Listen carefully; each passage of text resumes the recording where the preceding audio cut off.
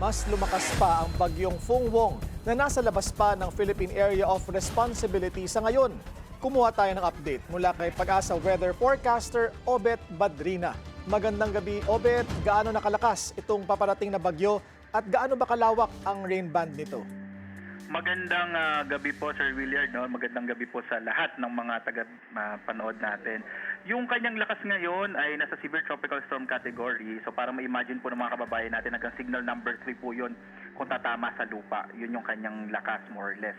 Ang to be specific, ang kanyang maximum sustained winds o pinakamalakas na hangin malapit sa gitna ay nasa 110 kilometers per hour, habang yung pagbugso naman ay nasa 135 kilometers per hour. Ito'y kumikilos pa kanluran sa bilis naman na 25 kilometers per hour at posibleng pumasok na ng Philippine Area of Responsibility ngayong gabi or bukas po ng madaling araw.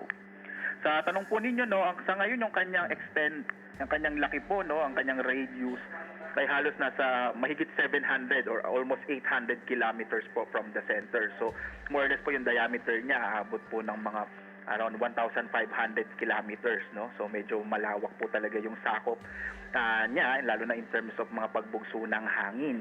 At kahit nasa labas pa ng Philippine Area of Responsibility, dahil malawak na itong bagyo, nakataas na po ang signal number 1 sa southeastern portion ng Quezon, eastern portion ng Romblon, Camarines Norte, Camarines Sur, Catanduanes, Albay, Sorsogon at Masbate.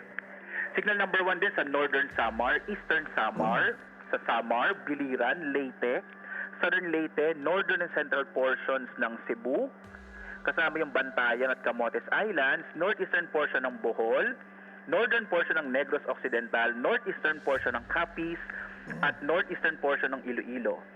Gayon din po sa Mindanao, signal number 1 sa Dinagat Islands at Surigao del Norte. Inaasahan nga natin by tomorrow ay posibleng lalo pang lumakas ito at maging isang typhoon category.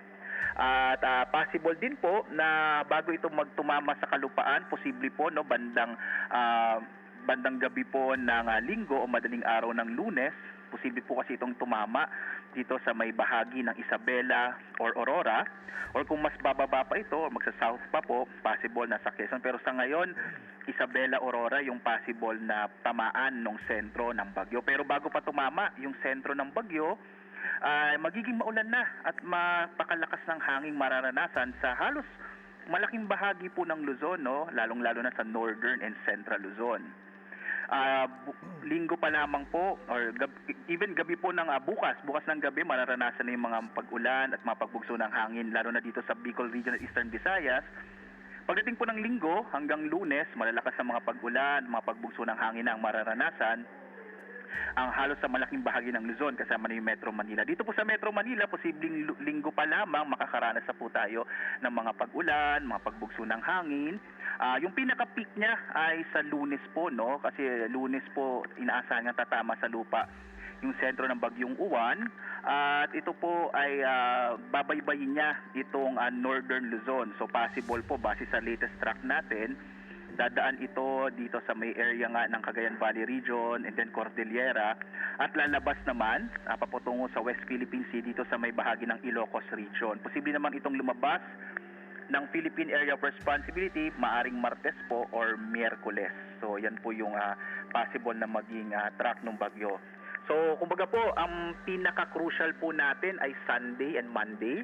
Kasi Sunday po possible ng gabi tatama yung sentro ng bagyo, pero bago pa tumama yung sentro ng bagyo, kalahati na po nung diametro ng bagyo ay nasa kalupaan na po ng Pilipinas, kaya ramdam na po natin as early as Sunday, habang babaybayin naman nung kalahati pa nung bagyo, no, yung nasa may eastern part ng tropical cyclone, yung nalalabing bahagi ng yung Luzon pagdating naman ng araw ng Lunes. So yun po yung pinaka-crucial natin, Sir Willard, yung Sunday to Monday up to early or mga umaga po hanggang tanghali ng Martes. Sir? Oo. Obet, bali delikado, no, lalo't gabi inaasahan na tatama ang kanyang sentro sa lupa, ano? Opo, although as early nakikita naman natin as early as tanghali ng linggo ay ramdam na po yung epekto ng bagyo, dahil nga po bago tumama yung sentro, kalahati na ng bagyo ay dumaan na dun sa tatamaan niya, which is yung area nga po ng eastern section ng Luzon. Obet, on track ba si Fungwong na maging isang super typhoon? Yes po, opo, tama. Mabuti na itanong po ninyo. Hanggang signal number 5 yung pwedeng itaas natin. Signal number 5 po yung super typhoon category. That's more than 185 kilometers per hour. Kaya po, base sa latest track natin, possible bago tumama sa lupa ng either Isabela nga or Aurora, ito po ay nasa super typhoon category. Pero dahil sa lawak ng kanyang rain band, Obet, may mga bahagi sa Luzon, Visayas at Mindanao na kailangan talagang mag-ingat. Tama po kayo, no? Tama po yung binanggit ninyo.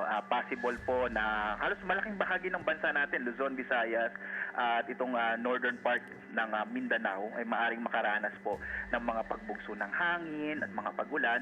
Although sa ngayon po, base sa inilabas po natin na weather advisory, yung concentration ng pinakamalalakas na mga pagulan, more than 200 millimeters, halos ganun din po karami yung ibinagsak po nung bagyong Tino sa mga lugar po sa may Cebu, ay posible pong ibagsak din ng bagyong Uwan dito naman sa northern and central Luzon. Kung makikita po yung ating weather advisory na inilabas kanina pong alas 5, makikita nyo po doon na halos malaking bahagi nga ng malaking bahagi po ng Luzon ay lalo na yung northern and central Luzon ay more than 200 millimeters ang maaaring ibagsak na ulan starting Sunday evening or Sunday afternoon up to the whole day of Monday.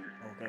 So maraming dalang ulan, Obet, at kailangan din siyempre mag-ingat sa storm surge, yung mga nasa coastal areas. Yes, tama po kayo. Lalong-lalo na nga kung yung lugar kung saan tatama yung sentro ng bagyo, which is sa ngayon po, ipinapakita nga na yung area ng Isabela at Aurora. Pero kailangan maghanda din, no, yung mga nasa Bicol region at Cagayan province dahil po yung iba pang bahagi ng bagyo ay tatama din po doon.